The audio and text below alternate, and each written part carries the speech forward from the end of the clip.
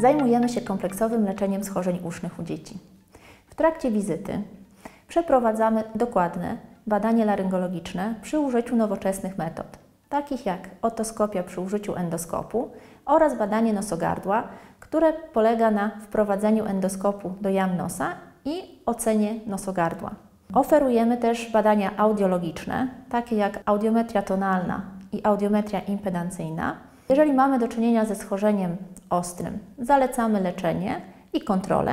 Natomiast jeżeli mamy do czynienia ze schorzeniem przewlekłym, takim jak przewlekły przyrost migdałka gardłowego, przewlekłe wysiękowe zapalenie ucha, proponujemy leczenie.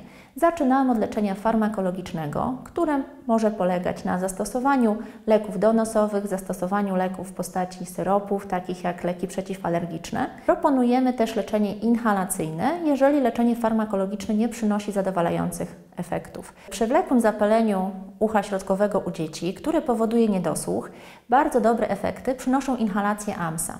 Są to inhalacje wibracyjno-pulsacyjne. Aerozol wprowadzony jest w drganie, nałożone jest dodatkowe ciśnienie, które pozwala wprowadzić drgające cząsteczki bezpośrednio przez trąbkę słuchową do ucha środkowego, co powoduje rozrzedzenie płynu i łatwiejszą ewakuację przez trąbkę słuchową. Uważa się, że inhalacje AMSA mają podobne zastosowanie jak operacyjne założenie drenażu wentylacyjnego.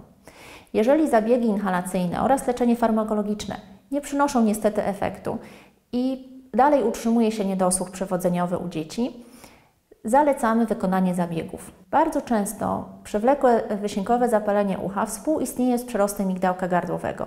Dlatego też staramy się podejść do problemu kompleksowo i kierujemy pacjentów na usunięcie migdałka współistniejące z drenażem wentylacyjnym ucha. Jeżeli Państwa dziecko cierpi na problemy uszne, takie jak nawracające zapalenia uszu lub niedosłuch, zapraszamy na konsultację.